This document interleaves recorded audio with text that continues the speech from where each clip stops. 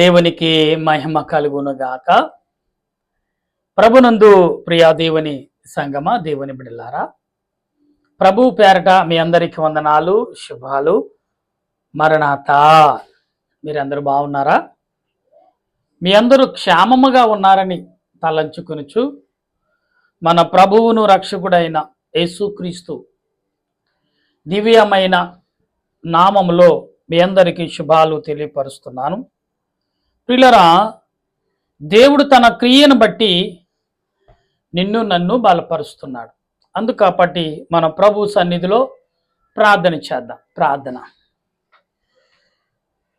సర్వోన్నతుడా, సర్వాధికారి, సర్వ సృష్టికర్తమైన తండ్రి, నీ స్తోత్రాలయ్యా. ఈ సమయంలో ప్రార్థిస్తుండగా నీ ఆత్మ నడిపింపు, నీ సన్నిధి కాపుదలను మాకు అనుగ్రహించి నడిపించమని, నీ దేవుని యావత్తు కూడా దయ చూపించమని, నీ సన్నిధి తోడుగా ఉంచి బలపరచమని ప్రాధేయపడుచుండగా, దయగల రాజా, ప్రేమగల రక్షక, నీకు స్తోత్రాలు తండ్రి. ఈ సమయంలో నేనేమై ఉన్నానో అది నీ చిత్తము, నా ఉద్దేశము కాదు, నీ ఉద్దేశము నెరవేర్చి బలపరిచి మహిమ పొందమని ఆత్మరక్షణకర్తమైన దేవదేవుని నామములో అడిగి బ్రతిమాలి ప్రార్థిస్తున్నాను మా పరమ తండ్రి, ఆమేన్. మన తండ్రి అయిన దేవుని సహాయము తోడుగా ఉండి ముందుకు నడిపించునుగాక, ఆమేన్. ప్రియులరా, ఈరోజు పాఠము దేవునిని ఆరాధించుట, స్తుతించుట, ఆరాధించుట, దేవుని పట్ల ఆరాధన కలిగి, దేవుని పట్ల విజ్ఞాపన కలిగి, దేవుని పట్ల సమాధానము కలిగి మనం ఉన్నామో అనే ఆలోచన మనము కలిగి ఉండాలి. అప్పుడే మనం ఆలోచనలు అనేకమైన రీతిలుగా మాట్లాడగలము, అనేక విషయాల్లో ఆలోచించగలం. గనుక ప్రభు సెలవిచ్చిన మాటను బట్టి మనం ఒకసారి ఆలోచన చేసినప్పుడు 100వ అధ్యాయములో సమస్త దేశములారా యెహోవాకి ఉత్సాహధ్వని చేయుడి. సర్వజనులారా యెహోవాకు ఉత్సాహధ్వని చేయుడి. నిత్యుడగు దేవుడని యెహోవాకు, నిత్యుడగు తండ్రి అనే మాటను మనం ఇక్కడ వింటున్నాం. ప్రియులరా, ఒక్కసారి మనం ఆలోచించప్పుడు ప్రభు చెప్పిన మాటని మన దేవుని పట్ల సంతోషముతో యెహోవాను సేవించుడి, ఉత్సాహగానము చేయొచ్చు, ఆయన సన్నిధికి రండి, యెహోవాయే దేవుడని తెలుసుకునుడి, ఆయనే మనల్ని పుట్టించను, మనము ఆయన వారము, మనము ఆయన ప్రజలము, ఆయన మేపే గొర్రెలము. ప్రియులరా, ఇక్కడ చాలా చక్కటి మాటలు ఆయన ప్రకటిస్తున్నాడు. దేవుడు మనుషుల పట్ల ఎంత కృప కలిగి ఉన్నాడు, ఎంత ఆలోచన క్రియలు కలిగి ఉన్నాడని విషయాలను బట్టి మనం గమనించాలి. ఎందుకంటే ప్రభువు చెప్పే మాట ఆశ్చర్యక్రియలను కలగజేసేదిగా ఉంది, ఆలోచింపచేసేదిగా ఉంది. ఆత్మ సంబంధులుగా జీవించే వారంగా ఉన్నామని మనం మర్చిపోవద్దు. ఈ సాయంకాల సమయంలో దేవుడు మన పట్ల, మన క్రియల పట్ల ఆలోచన కలిగి ఉన్నప్పుడు ఆయన ఏ రీతిగా మన పట్ల ఆలోచన సంబంధమైన క్రియలు కలిగి ఉన్నాడు అనేది మనం ఆలోచిస్తే, ప్రియులరా, దేవుడు తన కృపను బట్టి ఈనాడు నీకు నాకు వివరణ ఇస్తున్నాడు అనే భావం మాత్రం మర్చిపోదు. ఎలా సర్వోన్నత స్థలములో ఆయనకి ఇష్టలైన వారికి భూమి మీద సమాధానము కలుగును అని అంటున్నాడు. ఇక్కడ ఏమంటున్నాడు? నా 3వ వచనంలో యెహోవా నా దేవా అనే మాటను పలుకుచు ఇక్కడ చక్కటి మాటలు పలుకుతున్న ఈ మాటలు మనం ఒకసారి ఆలోచనలో తీసుకుంటే, చెప్పుకొని ఆయనలే మనల్ని పుట్టించును, మనము ఆయన వారము, మనము ఆయన ప్రజలము, ఆయన మేపు గొర్రెలము. కృతజ్ఞత అర్పణలు చేయుచు ఆయన గుమ్మములో ప్రవేశించుడి. కీర్తనలు పాడుచు ఆయన ఆవరణలో ప్రవేశించుడి.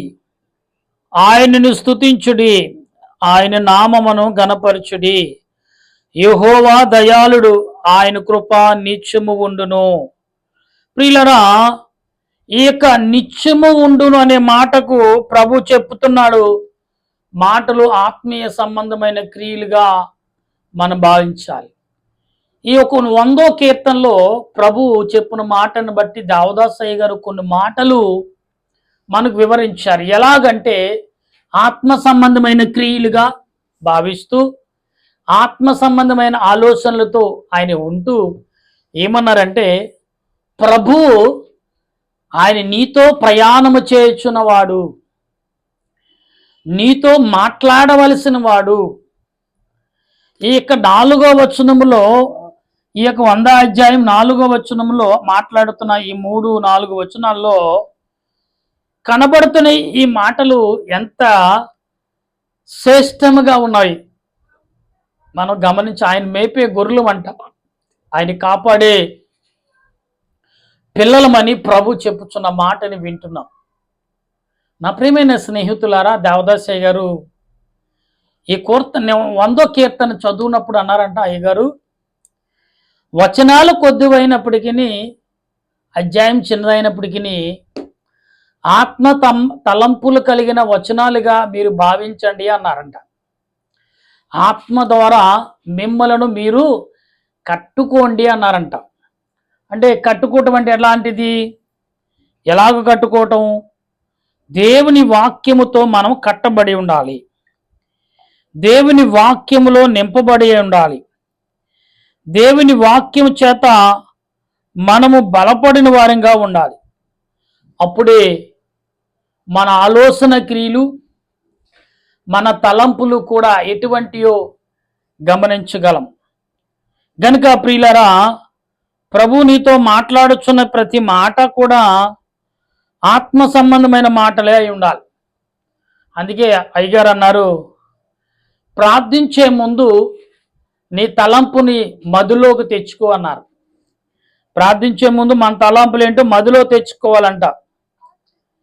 అప్పుడే మనము మాట్లాడగలం, అప్పుడే మనం ప్రార్థన చేయగలం. మదిలో లేకపోతే, మదిలో ఏదో వచ్చి ఏదో ఆలోచనలతో మనం ప్రార్థన చేస్తే ప్రార్థన చేరవలసిన చోటకు చేరదు. గనుక వాక్యములో నువ్వు ఏమైతే కలిగి ఉన్నావో, వాక్యములో అనేకమైన విధములుగా మనము కలిగిన వారిగా ఉండాలి. ప్రభు సెలవిచ్చిన మాట ఏంటి అంటే, ఆత్మ సంబంధమైన క్రియలు నువ్వు కలిగి ఉన్నావా అని అడిగారంట ప్రభు. ఆత్మ సంబంధమైన క్రియలేంటి? ఆత్మ సెపరేట్గా సంబంధం కలిగి ఉండాలా? అవును. శరీర సంబంధమైన క్రియలు వేరు, ఆత్మ సంబంధమైన క్రియలు వేరు. ఆత్మ సంబంధమైన క్రియలు ఎటువంటి అంటే శ్రేష్టంగా అవి పరలోక సంబంధమైన తలంపులు కలిగి ఉన్నట్టుగా ఉంటాయి.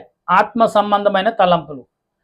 అపవాది సంబంధమైన తలంపులు ఎలాగుంటాయంటే, ఇక్కడ ఆత్మకు అపవాదిని పక్కన పెట్టి శరీర సంబంధమైన తలంపులు ఎలాగుంటాయంటే లోకములో జీవించే తలంపులుగా ఉంటాయి. కనుక మనము ఒకసారి ఆలోచన కలిగి ఉండాలి. ఎలాగు అంటే, ఆత్మ తలంపులు కలిగినప్పుడు ఆత్మ తండ్రి అనే దేవుడు నిన్ను ఆనందపరచుటకు సిద్ధపరుస్తారంటే. అందుకే ఈ 100వ కీర్తనలో ప్రభు సెలవిచ్చిన మాట మనం గమనించాలి. ప్రియులరా, ఆయన మన దేవుడు, నిన్ను కాపాడేవాడు, నిన్ను ఆదరించేవాడు, ఆయన మేపే గొర్రెలు అన్నాడు ప్రభు. ఎందుకన్నాడు ఆ మాట? గనుక మనము గమనిస్తే ప్రభు చెప్పిన మాట ఎంత శ్రేష్టంగా ఉన్నది. ఆ దేవదాసయ్య గారు వర్ణించినప్పుడు అది ఎలాంటిదంటే, పాలలాంటిది. పాలలో మరి కొంచెం లైట్గా పులుపేస్తే అది పెరుగు అవుతుంది. ఆ పెరుగులో వెన్నొస్తుంది, వెన్నతో అనేక రకాలుగా చేసుకోవచ్చు. అంటే ఆయన ప్రేమ అనేక రకాలుగా తలంపులు కలిగిన ప్రేమ. అటువంటి ప్రేమలో మీరు ఎలా ఉన్నారు, ఎటువంటి జీవితాలు కలిగి ఉన్నారని దేవదాసయ్య గారు శిష్యులకు చెప్పారు. అప్పుడు ప్రతి వారు కూడా ఆలోచించడం మొదలుపెట్టారు.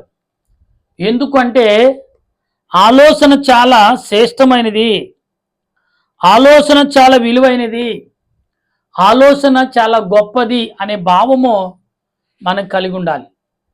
ప్రియమైన దేవుని సంగమా, దేవుని బిడ్డలారా, సాయంకాల సమయంలో పరిశుద్ధాత్మ దేవుడు నీ పట్ల నా పట్ల చూపుచున్న ఈ ప్రేమ ఘనత ఎటువంటిదో అని మనం గమనించినప్పుడు ఏదో ఒక విషయం మనకు కనబడుతుంది. గనుక ఈ ఉదయ కాలంలో ప్రభు నీతో నాతో మాట్లాడుచున్నాడు అనే భావం మనకు కలిగి ఉంటే దేవుడు నీ ఎడల నా ఎడల ఆత్మవిశ్వాసముతో మనం ప్రార్థించే వారిగా ఉంటాం. గనుక ఈ సాయంకాల సమయంలో ప్రియులరా, మరి మనము ప్రార్థించుచున్న మనము, ఆత్మీయ బలాలు కలిగిన మనము దేవుని యందు ఎంత విశ్వాసము కలిగి ఉన్నాం, దేవుని పట్ల ఎంత ఆసక్తి కలిగి ఉన్నాం, దేవుని పట్ల ఎంత ఉద్దేశం కలిగి మనం జీవిస్తున్నాం. వాక్యం చెప్తున్న మాటలు అపోస్తుడైన పౌలు కీర్తన గ్రంథములో పోలి ఉంటే అపోస్తుడైన పౌలు దావీదు గారి గురించి వర్ణించాడు. దావీదు గారు ఎటువంటి వాడు అంటే ఆత్మ సంబంధమైన విశ్వాసమును పెనుగులాడుతూ దేవుని ఎడల విశ్వాసాన్ని నమ్మకాన్ని సంపాదించుకున్నవాడని ప్రభునందు ప్రియుల అపోస్తుడైన పౌలు ఆ రీతిగా ప్రయత్నం చేశాడు. ఈ మాటను బట్టి దేవదాసయ్య గారు అన్నారు, ప్రభువుని గెలిచిన వాడు, ప్రభువుని వెంబడించి ఆశీర్వాదం పొందినవాడు ఉన్నాడు ఎవరైనా అంటే అది దావీదే. ఎస్, ఎందుకంటే యాకోబు వలె పెనిగిలాడలేదు, కానీ దేవునిని వెంబడిస్తూ ఉన్నాడు. పెనిగిలాట వేరు, వెంబడించటం వేరు. కనుక వెంబడించటం అంటే ప్రియులారా చాలా విలువైనది. కాబట్టి పెనిగిలాటువంటి అప్పటి వరకే, వెంబడించడం అంటే ఒక రోజు 2 రోజుల జీవిత కాలము వెంబడించాలి. వెంబడించండి దావీదు గారు. అందుకని వెంబడించే మనసు నీకున్నప్పుడు అవతల వ్యక్తి గురించి మనం మాట్లాడేటప్పుడు ఆలోచిస్తాం. వెంబడించాలనుకున్నప్పుడు లేదు అతడితో మనం తెగతెంపులు తెంచుకున్న అతనికి మనకు సంబంధం లేదు అంటే అప్పుడు మనం తెగతెంపులు బ్రతికే జీవితము అలవాటు పడి ఉండాలి. ఇలా చాలామంది ఒక స్త్రీ పురుషులు వివాహమైనప్పుడు నీతో బ్రతుకున్నంత కాలం నేను వెంబడిస్తాను, నీవు బ్రతుకున్నంత కాలం నేను వెంబడిస్తానని ఒకరు ఎడల ఒకరు చెప్పుకుంటుంటారు. నా మీద మీరు నమ్మకం ఉంచాలి, మీ మీద నేను నమ్మకం ఉంచుకుంటాను అని ఒకరి ఎడల ఒకరు చెప్పుకుంటూ, అదే సేవకులు కూడా అనేకలు అదే సంఘముతో పాటు వారు కొత్తగా వివాహంకు సిద్ధపడిన వారి చేత కూడా చెప్పిస్తారు. ఎందుకంటే నమ్మకాన్ని వెంబడించటం అనేది చాలా ప్రాముఖ్యం. ఎస్ ప్రియులారా, ఈ లోకములో విడిపోనిది ఏదైనా ఉందంటే వెంబడించే దేవుని ప్రేమ. అది అన్నడు నిన్ను విడిచిపెట్టదు, నీతోటే వెంబడిస్తుంది, నిన్నే నడిపిస్తుంది. అందుకే నీవు అక్కడున్నా నీలో స్తుతిని ఆరాధనను చేయాలనేదే దాని ఉద్దేశం. గనుక ఈ ప్రియులారా, ఈ యొక్క సాయంకాల పూట ఈ 30వ తారీఖు ఇంకా మనకు ఒక రోజే ఉంది. 8వ నెల కూడా పూర్తయిపోయింది. 9వ నెల రావడానికి 24 గంటల పైనే మన మధ్యన ఉన్నాయి. ప్రియులారా గమనించండి, రోజులు ఎంత వేగంగా జరుగుతున్నాయి.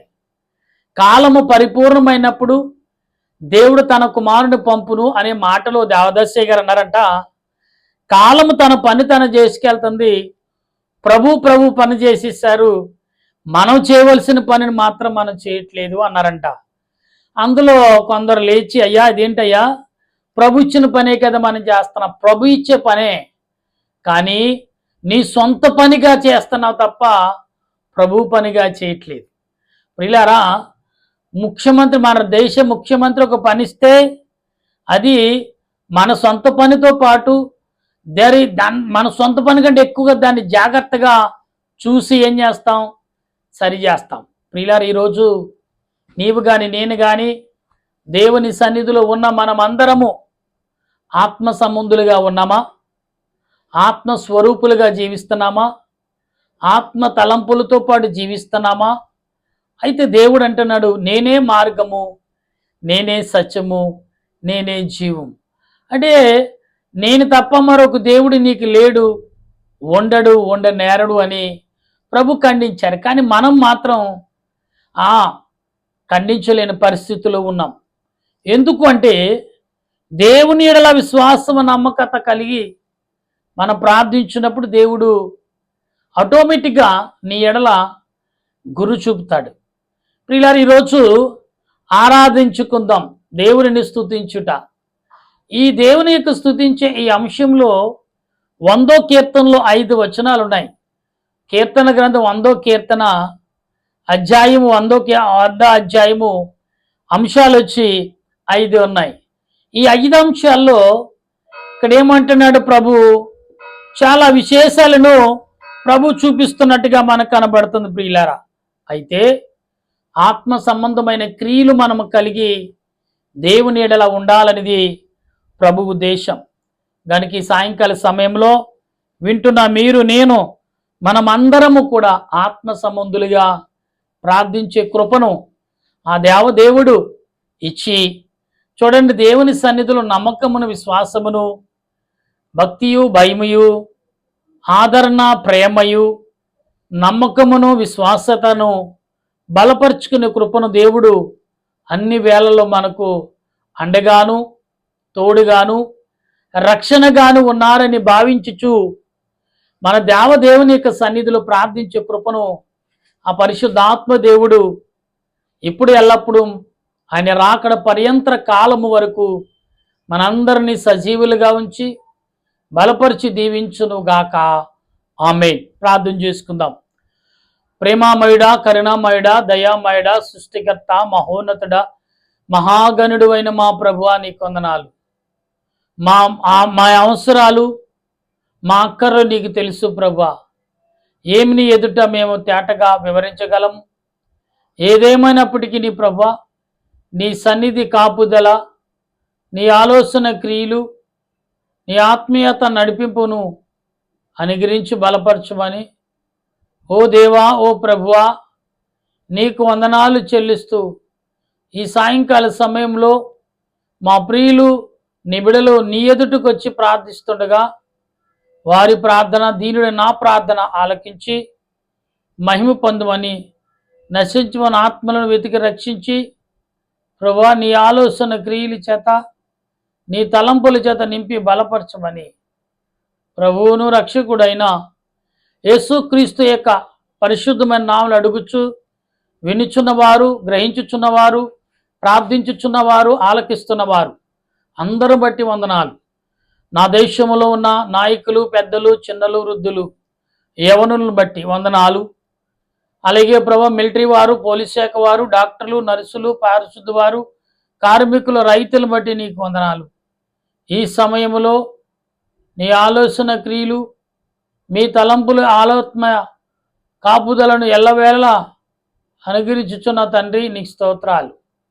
ఈ సమయంలో నీ ఆత్మ నడిపింపును, నీ ఆలోచన క్రియలను, నన్ను, నా తలంపులు ఎడల నెరవేర్చుతావని నమ్ముచు దేవా, ఇదిగో తండ్రి, గుడ్డివారు, చెవిటివారు, మూగవారు, వికలాంగులు, గర్భిణీ స్త్రీలు, బాలింతరాలు, అనాథులుగా అభాగ్యులుగా ఉన్నవారు, గర్భిణీ స్త్రీలతో పాటు అందరినీ నీ రెక్కల నీడలో కాచి కాపాడమని, దురాత్మ వైద్యులను, నాయన అపవాద సంబంధమైన వైద్యులను, అనేక రకాలుగా వారిని నాయన మరి ఆలోచనలతో తీసుకువెళుతూ అపవాది సంబంధంలోకి నెట్టివేసిన ప్రతి దురాత్మ శక్తులను దూరపరిచి నీ ఆత్మతో నింపి బలపరచమని, అలుపుడిన అయోగుడిని దేవా, నీ దాసుడి నన్ను, నా పరిచర్యను, మరణాత ప్రార్థన సన్నిధిని స్థిరపరిచి బలపరచమని క్రీస్తు నామమున అడుగుచున్నాను పరమ తండ్రి.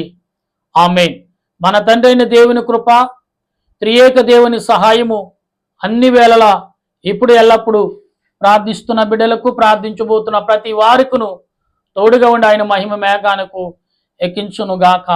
ఆమేన్, ఆమేన్, ఆమేన్. మీ అందరికీ వందనాలు. మరణాతా.